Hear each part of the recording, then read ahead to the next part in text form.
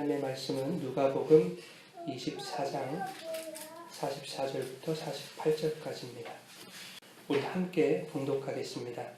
또 이르시되 내가 너희와 함께 있을 때에 너희에게 말한 바 곧 모세의 율법과 선지자의 글과 시편에 나를 가리켜 기록된 모든 것이 이루어져야 하리라 한 말이 이것이라 하시고 이에 그들의 마음을 열어 성경을 깨닫게 하시고 또 이르시되 이같이 그리스도가 고난을 받고 제3일에 죽은 자 가운데서 살아날 것과 또 그의 이름으로 죄사함을 받게 하는 회개가 예루살렘에서 시작하여 모든 족속에게 전파될 것이 기록되었으니 너희는 이 모든 일의 증인이라. 아멘. 하나님 아버지와 예수 그리스도로부터 오는 은혜와 평강이 이 시간 우리 모두에게 임하기를 축원합니다. 오늘은 복음을 통해 깨닫는 선교라는 제목으로 말씀의 은혜를 나누겠습니다. 여러분, 우리 교회는 선교하는 교회로 시작했습니다.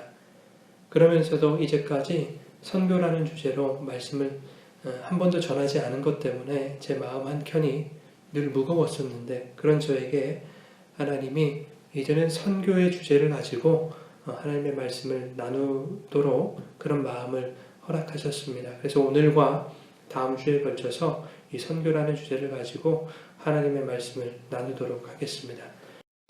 오늘 말씀을 통해서 하나님께서 우리 교회와 또 여러분 한 분 한 분에게 주시는 그 선교적인 소명, 그 사명을 깨닫게 되는 복된 시간이 되기를 축원합니다. 저는 어려서부터 선교에 대한 생각을 품고 그렇게 신앙 생활을 했었습니다. 그런데 선교하는 교회를 개척하고 나서 제 안에서 어떻게 선교를 해야 될 것인가 라는 질문이 끊이지 않았습니다.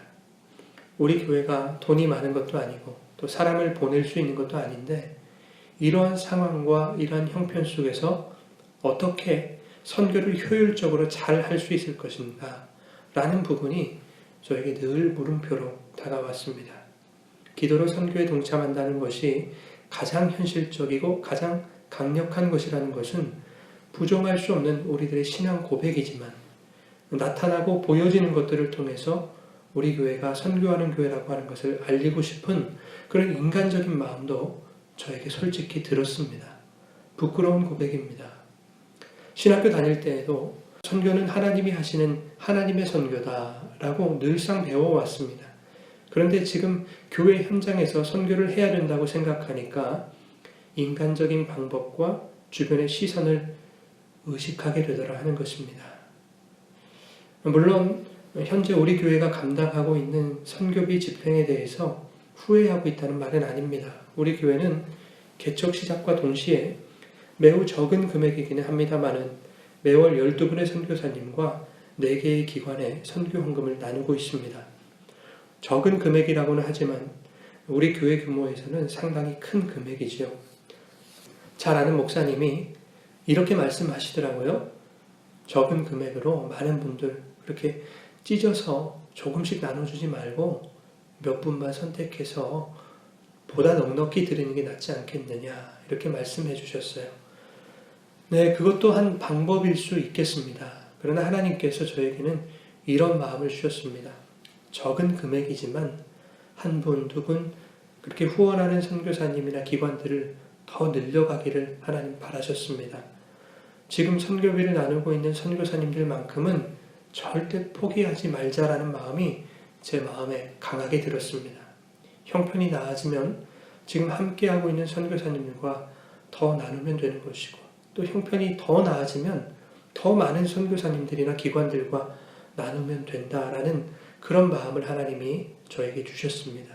그리고 이 마음은 지금도 동일합니다. 제가 여러분에게 이런 이야기를 나누는 이유는 목사와 성도가 한 마음이 되어서 하나님의 선교를 충성되게 감당하자는 그런 취지에서입니다. 또한 열악한 형편 속에서도 우리는 이렇게 여러 곳에 선교한다 라고 하는 이런 자만에 빠지지 않게 하시려고 하나님께서 선교에 대한 본질적인 이야기를 우리들에게 하고 싶으시다라는 것을 제가 느꼈기 때문입니다. 그래서 오늘은 선교에 대한 이야기를 나누겠지만 오히려 복음의 본질에 가까운 이야기를 다루게 될 것입니다. 여러분, 예수님께서 모든 신자들에게 선교적 사명을 분부하셨다는 것은 부인할 수 없는 사실입니다. 그것은 우리의 기분이나 감정에 의해 해도 되고 안 되고를 취사선택할 수 있는 것이 아니라는 것입니다. 선교라고 하는 것은 주님께서 우리에게 분부하신 대명령이라는 것을 우리는 잘 알고 있습니다. 마태복음 28장 18절부터 20절까지의 말씀 함께 읽겠습니다. 예수께서 나와 일러 가라사대 하늘과 땅의 모든 권세를 내게 주셨으니 그러므로 너희는 가서 모든 족속으로 제자를 삼아 아버지와 아들과 성령의 이름으로 세례를 주고 내가 너희에게 분부한 모든 것을 가르쳐 지키게 하라. 볼지어다 내가 세상 끝날까지 너희와 항상 함께 있으리라 하시니라. 아멘. 예수님이 부활하신 후에 여인들에게 나타나셔서 이렇게 말씀하십니다. 내 제자들, 내 형제들을 만나거든 그들에게 갈릴리로 가라고 전해라. 거기서 만나자고 전해라. 가룟 유다가 이미 죽었기 때문에 이제 11명이 남아있는데 11명의 제자들이 갈릴리로 돌아갑니다. 그리고 예수님께서 지시하신 그 산에 이르게 됩니다. 이 산은 어디일까요? 어떤 산을 말하겠습니까? 마태복음 5장에서 7장 주님이 산상설교를 하셨던 그 산을 말합니다. 그 산에서 예수님은 복에 대해서 철저히 오해하고 있던 인간들에게, 제자들에게 복이란 무엇인지, 복의 본질을 가르치셨습니다. 복은 바로 예수 그리스도라는 겁니다. 하나님의 나라라는 겁니다. 그리고 그 하나님의 나라를 소망하며 예수 그리스도를 따르는 신앙이 무엇인가에 대한 기독교 신앙의 본질을 가르치셨습니다.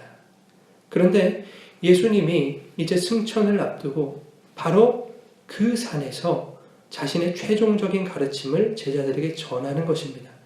이 가르침이야말로 예수님의 가르침의 본질, 결정판인 것입니다. 그 내용은 이것입니다. 하늘과 땅의 모든 권세가 예수님께 있다라는 것입니다. 그 권세는 어떤 권세인가 하면 세상 끝날까지 너희와 항상 함께 하시겠다는 권세입니다. 그래서 예수님이 마태복음 1장 23절에 하나님이 우리와 함께 계시다라는 임마누엘로 오신 것입니다.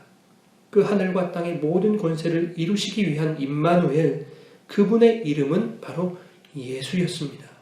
자기 백성을 그들의 죄에서 구원할 자라는 뜻 아니었습니까? 그러므로 너희들이 나와 항상 함께하는 나의 권세 아래 거하는 자들이라면 너희는 가서 모든 족속을 제자 삼고 아버지와 아들과 성령의 이름으로 세례를 주고 내가 너희에게 분부한 모든 것을 가르쳐 지키게 하라라는 것입니다. 자기 백성을 그들의 죄에서 구원하는 그 구원의 역사들이 신자들을 통해 반드시 일어나야 한다는 것입니다. 그래야 그것이 진짜 임마누엘과 함께하는 삶이라는 거죠. 그것이야말로 하늘과 땅의 모든 권세를 가지신 예수님의 권세와 통치에 거한다는 증거인 것입니다. 마가복음 16장에도 부활하신 예수님께서 이렇게 말씀하십니다. 15절에 또 이르시되 너희는 온 천하에 다니며 만민에게 복음을 전파하라. 주님은 이렇게 성도들이 복음 전하는 일에 힘쓸 것을 당부하고 계십니다. 그러면 오늘 본문 말씀에서는 어떻게 이야기하고 계시는가 한번 살펴보겠습니다. 오늘 말씀은 복음이 무엇인가에 대하여 분명하게 말씀하고 있습니다. 그리고 너희가 이 모든 일의 증인이 되어야 한다. 즉 복음의 증인이 되어야 된다. 아니 너희들은 복음의 증인이다 라고 말씀하고 있는 것입니다. 오늘 본문 말씀이 복음에 대해서 어떻게 말씀하고 있는지 한번 살펴보겠습니다. 44절 또 이르시되 내가 너희와 함께 있을 때에 너희에게 말한 바 곧 모세의 율법과 선지자의 글과 시편에 나를 가리켜 기록된 모든 것이 이루어져야 하리라 한 말이 이것이라 하시고 모세의 율법과 선지자의 글과 시편이 누구를 가리켜 기록된 것이라고 말씀합니까? 예수 그리스도. 그런데 당시 사람들은 모세의 율법, 선지자의 글을 통해서 즉 구약의 말씀을 통해서 내가 무엇을 해야 구원을 받을 수 있을까?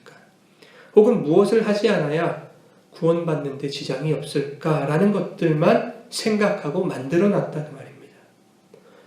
요한복음 5장 39절에서 40절에 이렇게 되어 있습니다. 너희가 성경에서 영생을 얻는 줄 생각하고 성경을 연구하거니와 이 성경이 곧 내게 대하여 증언하는 것이니라. 그러나 너희가 영생을 얻기 위하여 내게 오기를 원하지 아니하는도다. 여기서 말씀하고 있는 성경이라고 하는 것은 구약의 말씀, 즉 구약의 율법을 의미합니다.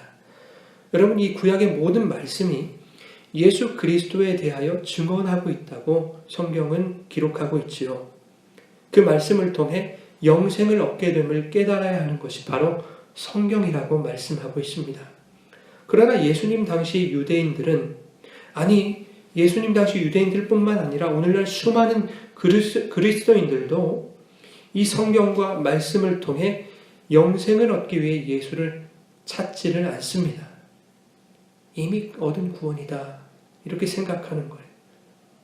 성경과 말씀을 통해 뭐 하면 복을 받지? 뭐 해야 시험을 피할 수 있을까? 뭐 하면 이 땅에서 잘 먹고 잘 살까를 생각하더라. 이 땅에서의 보다 나은 삶을 보장받기 위해 내가 예수님께 잘 보일 수 있는 방법이 뭐가 있을까를 찾더라 하는 것입니다. 여러분, 어떻게 보면 바리새인들이 오늘날의 신자들과 더 나은 것 같아요. 그들은 적어도 자기들이 잘 먹고 잘 살기 위해서 하나님을 이용하려고 하지는 않았습니다. 그들은 자신들의 종교적 행위 지킴에 의해서 영생을 얻을 것이라고 생각하고 그 율법을 지키려고 노력을 했던 거예요. 영생을 얻기 위해서. 이렇게 예수의 제자들이나 바리새인들 할 거 없이 복음을 오해하고 있기 때문에, 그리고 오늘날 성도들이 복음을 오해하고 변질시키고 있기 때문에, 그래서 주님은 오늘 본문 말씀 45절에 이렇게 말씀하십니다. 이에 그들의 마음을 열어 성경을 깨닫게 하시고, 그리고 46절 이하에 복음에 대해서 그 내용을 설명하고 계시는 것입니다. 그렇게 설명하시면서 이 복음이 무엇인지 너희들이 제대로 깨닫고 이 복음의 증인이 되어야 된다라고 우리에게 당부하고 계시는 말씀입니다. 여러분, 유대인들에게 있어서 영생이라고 하는 것은 그들의 인생에 있어 엄청난 비중을 차지했습니다. 그래서 부자 청년이 예수께 와서 영생 어떻게 얻습니까? 율법사가 영생 어떻게 하면 얻을 수 있습니까? 이렇게 물었던 것입니다. 공회원이었던 니고데모도 사람들의 눈을 피해서 한밤중에 예수를 찾아가 거듭남에 대해서 질문했던 것을 여러분 잘 아실 겁니다. 어떻게 영생을 얻을 수 있습니까? 내가 한번 해보겠습니다 라는 그 부자 청년과 율법사에게 예수님은 그들이 할 수 없는 것을 요구하셨습니다.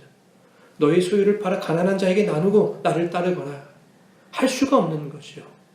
근심하며 돌아가니라. 너도 사마리아인처럼 목숨까지도 아낌없이 내어줄 수 있는 그 사랑을 한번 실천해보거라. 할 수 없는 겁니다. 유대인들이 개만도 못하게 여기는 종자들이 바로 사마리아인이었습니다. 다시 말해서 율법이 그들을 개 취급했다라고 하는 것입니다. 그런데 그 사마리아인처럼 사랑하라고 하니 율법이 개라고 규정한 사마리아인처럼 사랑하는 것은 절대 불가능한 일이었습니다. 자존심이 상해서라도 그럴 수 없는 일이었어요. 여기서 우리가 얻게 되는 교훈은 무엇입니까? 예수님이 우리에게 말씀하시는 것은 무엇입니까, 여러분? 영생을 얻기 위해 인간이 행할 수 있는 것은 아무것도 없다는 것입니다. 부자 청년과 율법사로부터 제기된 어떻게 하면 영생을 얻을 수 있는지에 대한 이 질문이 대두되기 이전에 이미 성경은 니고데모 이야기를 통해서 영생을 얻기 위해서 사람이 할 수 있는 것은 없다. 영생을 얻기 위해서는 거듭남이 필요하다라는 것을 말씀하고 있습니다. 영생을 얻기 위해서는 위로부터의 거듭남이 필요하다는 것입니다. 그런데 바리새인들과 서기관들, 그들은 그 말씀을 연구하여 영생을 주시는 위로부터의 예수 그리스도를 깨닫는 것이 아니라 행위의 율법 613가지의 그 조항들을 만들어내기 바빴던 거예요. 내가 나의 신앙적 열정과 열심을 가지고 종교생활을 하면 구원받을 수 있다라고 오해한 것이죠. 예수님 그러한 자들에게 이렇게 일갈하십니다. 요한복음 5장 46절 모세를 믿었더라면 또 나를 믿었으리니 이는 그가 내게 대하여 기록하였음이라. 여기서 말하는 모세는 구약의 율법을 말하겠죠. 너희들이 그 구약의 율법을 하나님의 말씀으로 믿고 진리를 깨달았다면 나를 믿었을 텐데, 왜냐하면 모세가 기록한 모든 것이 나에 대한 이야기거든. 이런 말입니다. 너희가 지금 나를 믿지 않는다고 하는 것은, 그 말은 모세의 율법도 믿지 않았다고 하는 것과 같다는 것입니다. 죽도밥도 아니라는 거예요. 여러분, 오늘날 교회를 다니고 예수를 믿는다는 신자들에게서 이런 일이 없다는 법이 있습니까? 장담할 수 없지요. 마태복음 7장 21절 이하의 말씀에 이렇게 되어 있습니다. 나더러 주여 주여 하는 자마다 다 천국에 들어갈 것이 아니에요. 하늘에 계신 내 아버지 뜻대로 행하는 자라에 들어가리라 라고 말씀하시면서 22절 이하에 뭐라고 하시냐면, 그날에 많은 사람이 이르되 주여 우리가 주의 이름으로 선지자 노릇도 하고 주의 이름으로 귀신도 쫓아내보고 주의 이름으로 많은 권능도 한번 행하지 않았습니까? 여러분, 이것이 교회 밖의 사람들, 믿지 않는 사람들이 하나님께 대하여 하는 말입니까? 그렇지 않지요.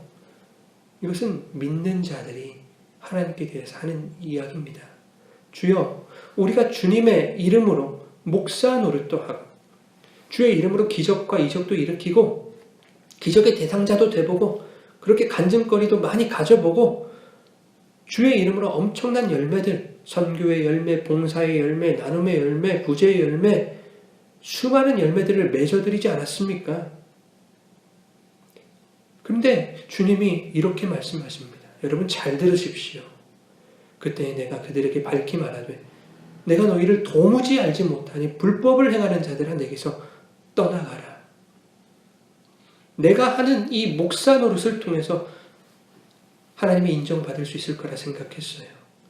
수많은 기적과 이적을 추구하는 나의 성도 노릇을 통해서, 그리고 내가 선교도 하고 봉사도 하고 열심히 그런 어떤 교회 일들을 하는 것들을 통해서, 그리고 내가 선교도 하고 봉사도 열심히 하고 그렇게 했던 그 일들을 통해서 하나님의 인정을 받을 수 있을 거라고 생각했는데, 그리고 구원받을 수 있을 거라고 그렇게 생각했는데 모든 것이 죽도 밥도 아니게 되었다는 것입니다. 여러분, 제가 왜 이런 말씀을 드리고 있는 것입니까? 바리새인들과 서기관들, 율법사들처럼 복음을 오해하지 말라는 것입니다. 복음을 왜곡하지 말라는 것입니다. 이 성경 말씀을 통해서 정확한 복음을 듣고 그 복음을 들었다면 영생을 주시는 자 앞으로 나아가라는 것입니다. 복음이 그에 대해서만 말씀하고 있다, 소개하시는 그분 예수 그리스도께 나아가라고 하는 것입니다. 복음이 무엇인지 알지 못하면 우리는 복음의 증인이 되는 것이 아니라 사탄의 앞잡이가 될 수밖에 없는 것입니다. 여러분, 오늘 선교에 대한 주제로 말씀을 전하고 있는데 이것이 선교와 무슨 관련이 있는가? 여러분, 의문이 생기십니까? 선교는 복음 전하는 것이 기본입니다. 그런데 우리가 복음을 모르면 어떻게 제대로 선교할 수 있습니까? 괜히 복음 전한답시고 수많은 영혼들 지옥불로 인도하는 비극을 초래할 수도 있는 거 아니겠습니까?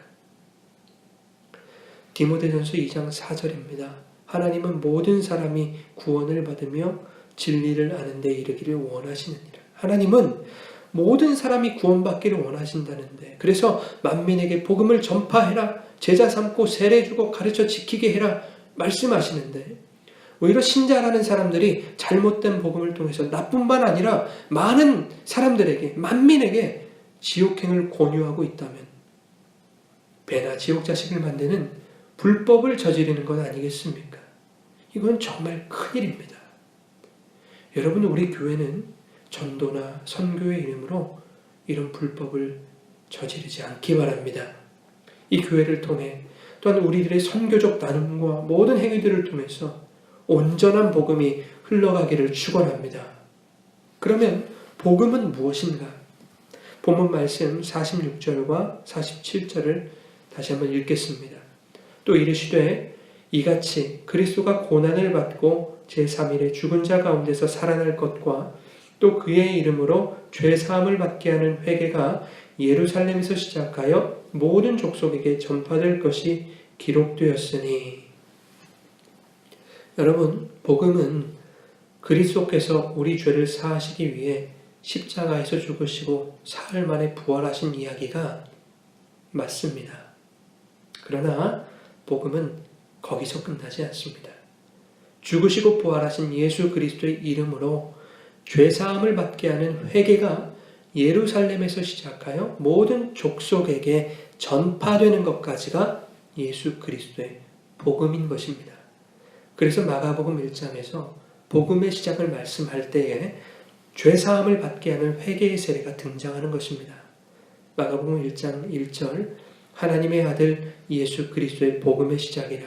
4절과 5절 세례 요한이 광야에 이르러 죄사함을 받게 하는 회개의 세례를 전파하니 온 유대 지방과 예루살렘 사람이 다 나아가 자기 죄를 자복하고 요단강에서 그에게 세례를 받더라.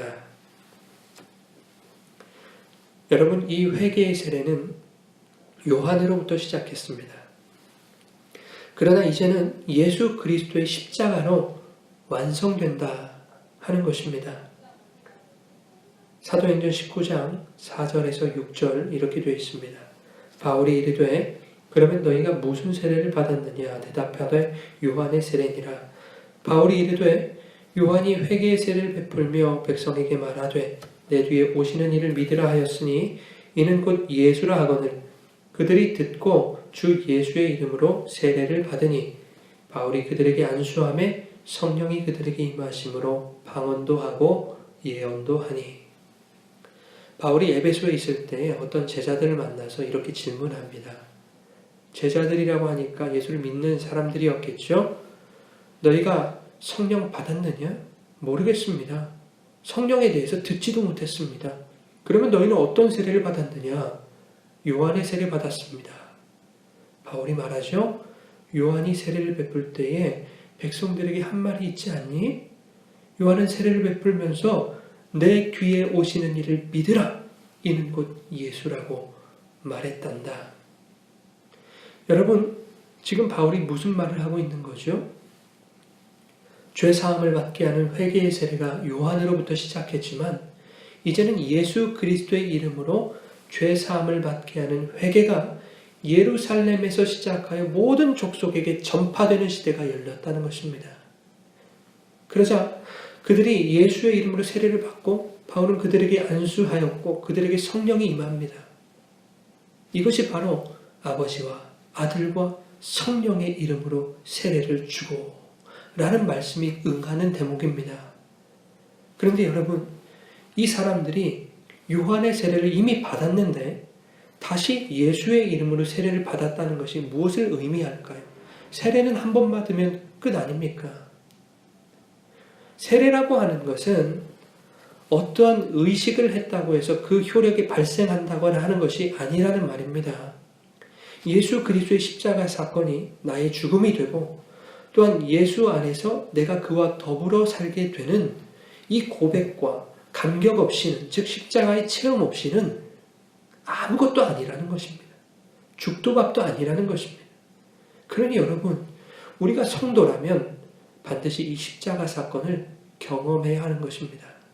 내가 그리스도와 함께 십자가에 못 박혔음이 여러분의 삶 속에 나타나야 하는 것입니다. 그 십자가를 우리가 어떻게 경험하고 우리의 삶에서 어떻게 나타납니까? 내가 그리스도와 함께 십자가에 죽었으니 이제는 부활하신 예수님의 사심으로 나타나는 것입니다.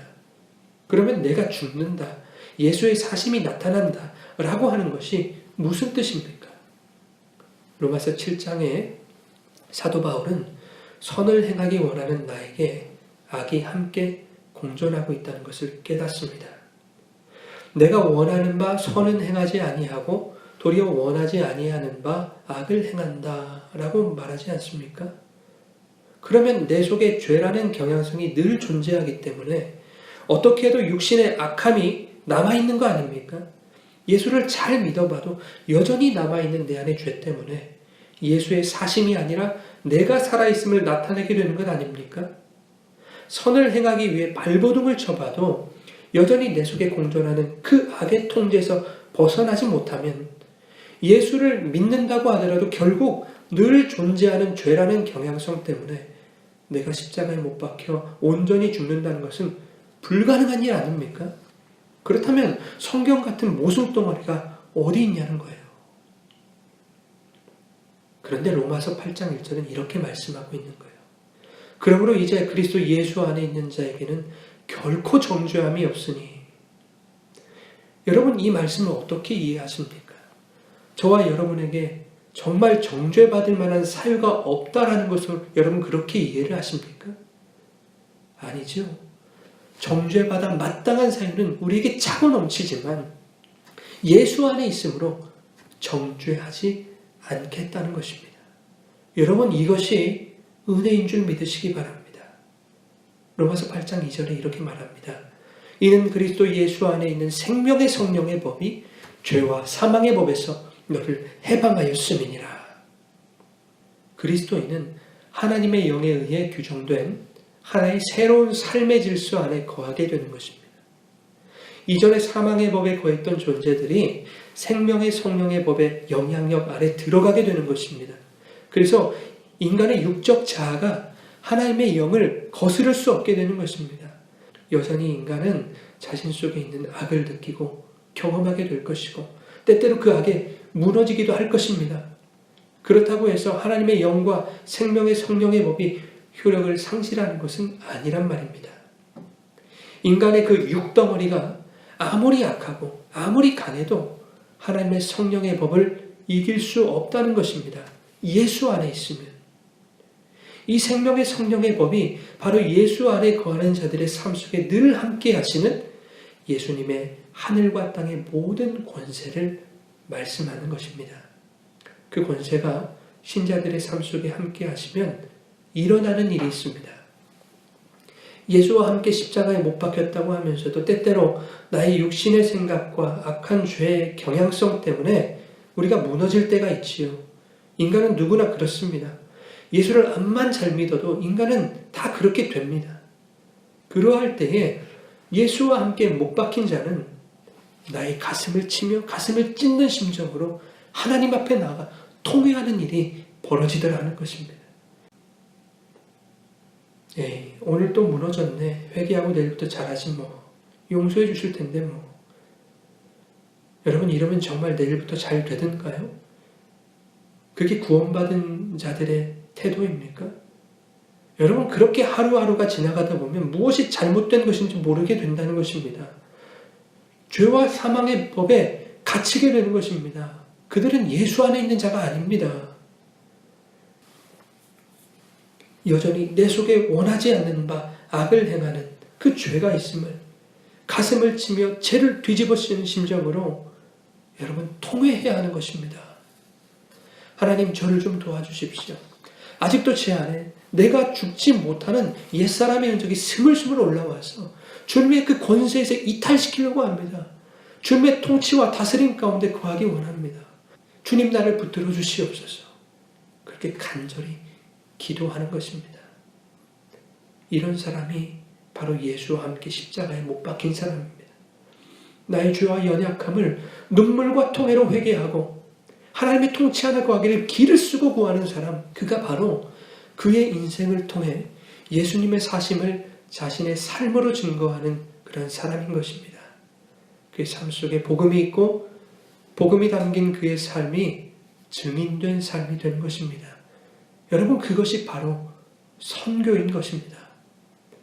여러분 저와 여러분이 아무리 죄가 깊어도 하나님의 영은 그러한 우리들일지라도 능히 살리실 수 있는 강력하신 것임을 여러분 믿으시기 바랍니다. 우리는 죄악 덩어리인 이 세상을 향하여 너희들의 죄가 아무리 강하고 너희의 악이 아무리 크다 하더라도 하나님의 용서와 살리시는 능력을 너희는 이길 수 없다라고 하는 것을 선포하는 자들입니다. 그리고 살아내어 증거하는 자들입니다. 로마서 8장 10절과 11절 이렇게 되어 있습니다. 또 그리스도께서 너희 안에 계시면 몸은 죄로 말미암아 죽은 것이나 영은 의로 말미암아 살아있는 것이니라. 예수를 죽은 자 가운데서 살리신 이의 영이 너희 안에 거하시면 그리스도 예수를 죽은 자 가운데서 살리신 이가 너희 안에 거하시는 그 영으로 말미암아 너희 죽을 몸도 살리시리라. 바로 이 죽을 몸도 살리시는 주님을 복음을 통해 경험한 자들이 이 세상을 향하여 너희의 죽을 몸도 살리실 수 있는 분이 바로 주님이시다라고 하는 것을 증거하는 것이 선교이고 그 일을 감당하는 저와 여러분들이 증인인 것입니다. 여러분 오늘 본문 마지막 절에 보면 이렇게 말씀하죠. 48절에 너희는 이 모든 일의 증인이라 이렇게 말씀합니다. 여러분 선교는 증인이 되는 것입니다. 증인은 단순히 내가 본 것, 들은 것, 경험한 것 이런 것을 전해준다는 의미만 있는 것이 아닙니다. 증인은 목격자라는 의미를 담고 있어요. 목격자의 증언 한마디가 법정에서 한 사람을 살리는 것입니다. 죄인으로 낙인 찍힐 어떤 한 사람을 형벌로부터 해방시키는 것입니다. 그것이 바로 증인들의 증언인 것입니다. 한편 구약에서 목격자는 반드시 증언을 해야만 했습니다. 증인이 증언을 하는 것은 선택이 아니라 반드시 그렇게 해야만 하는 것이었습니다. 이처럼 우리가 복음의 증인되어 복음을 전하는 삶을 사는 것은 우리의 선택이 아니라 반드시 해야만 하는 하나님의 명령임을 여러분 기억하시기 바랍니다. 마지막으로 증인은 그렇게 사는 삶까지를 의미합니다. 그렇게 사는 삶은 어떤 삶인가? 바로 순교하는 삶입니다. 증인이라는 이 마르티스라는 말 속에는 순교라는 뜻이 포함되어 있죠. 순교는 모가지가 댕강 날아가는 그런 죽음만을 말하는 것이 아닙니다. 우리가 살아가는 신앙의 현장 속에서 여전히 내 속에 살아있는 내 못된 자아와 죄된 경향성들을 주님의 말씀으로 복음으로 깨뜨리는 것입니다. 그것이 순교입니다. 그것이 얼마나 고통스러운 일입니까? 얼마나 아픈 일입니까?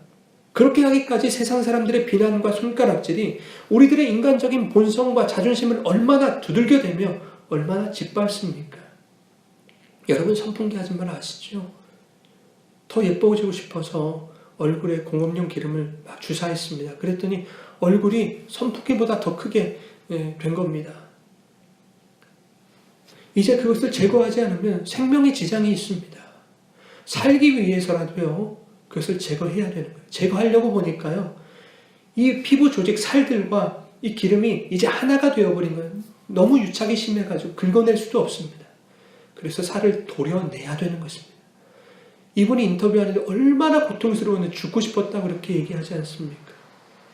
여러분, 하나님의 말씀이 나의 옛 자아를 쳐서 나를 하나님의 그 말씀 앞에 굴복시키시는 그 작업이 이렇게 힘든 것입니다. 죽을 만큼 고통스럽고 고난이 따르는 것입니다. 그럼에도 불구하고 우리는 그렇게 가야 된다는 것입니다. 살기 위해서. 그 모든 것을 견디고 하늘과 땅의 모든 권세를 가지신 그 주님의 함께 하심을 구하는 자가 바로 증인인 것입니다. 증인이라는 말의 뜻은 이렇습니다. 어떠한 폭력적인 죽음을 겪음으로써 그리스도를 믿는 신앙의 진실성과 신실성을 입증한 사람들, 그것이 바로 증인이랍니다. 여러분, 예수 쉽게 믿고 쉽게 구원받았다 생각하는 자들은 증인 아니란 말입니다. 오늘도 주님을 신앙하는 이 믿음 가운데 세상의 비난과 손가락질, 핍박이 가해지고 또한 여전히 세상을 추구하려는 나의 육적 자아와 치열한 전투를 벌이는 그 지옥 같은 영적 전장을 겪어냄으로써 오늘도 믿음을 지킬 수 있었던 그 자들이 바로 증인이라고 하는 것입니다. 이러한 증인의 모습으로 살아가시기를 축원합니다. 이러한 증인으로 살아가신 여러분들이 바로 선교사입니다. 여러분, 선교는 돈으로 하는 건 아닙니다. 재능으로 하는 것도 아닙니다. 선교는 하나님이 하시는 선교입니다. 하나님의 백성들이 복음을 살아내게 하심으로 하나님께서 감당하시는 것입니다. 하나님의 선교에 여러분의 신앙의 삶으로 귀하게 쓰임받는 하나님 나라 선교사들 다 되어주시기를 주님의 이름으로 축원합니다.